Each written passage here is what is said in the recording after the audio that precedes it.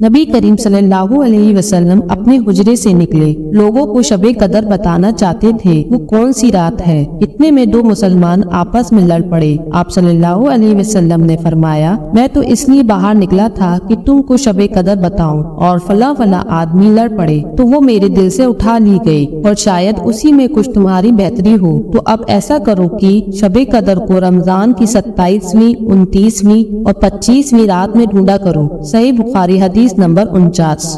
एक दिन नबी करीम सल्लल्लाहु अलैहि वसल्लम लोगों में तशरीफ फरमा रहे थे कि आपके पास एक शख्स आया और पूछने लगा कि ईमान किसे कहते हैं। आप सल्लल्लाहु अलैहि वसल्लम ने फरमाया कि ईमान ये है कि तुम अल्लाह पाक की वजूद और उसकी यकताई पर ईमान लाओ, और उसके फरिश्तों की वजूद पर, और उस अल्लाह की मुलाकात के हक होने पर, और उसके रसूलों के हक होने पर, और मरने के बाद दोबारा उठने पर ईमान लाओ। फिर उसने पूछा कि इस्लाम क्या है। आप सल्लल्लाहु अलैहि वसल्लम ने फिर जवाब दिया कि इस्लाम ये है कि तुम खालिस अल्लाह की इबादत करो और उसके साथ किसी को शरीक न बनाओ, और नमाज कायम करो, और ज़कात फर्ज अदा करो, और रमजान के रोजे रखो। फिर उसने एहसान के मुतालिक पूछा। आप सल्लल्लाहु अलैहि वसल्लम ने फरमाया, एहसान ये है कि तुम अल्लाह की इबादत इस तरह करो मानो तुम उसे देख रहे हो। अगर ये दर्जा हासिल न हो तो फिर ये समझो कि वो तुमको देख रहा है। फिर उसने पूछा कि क़यामत कब आएगी।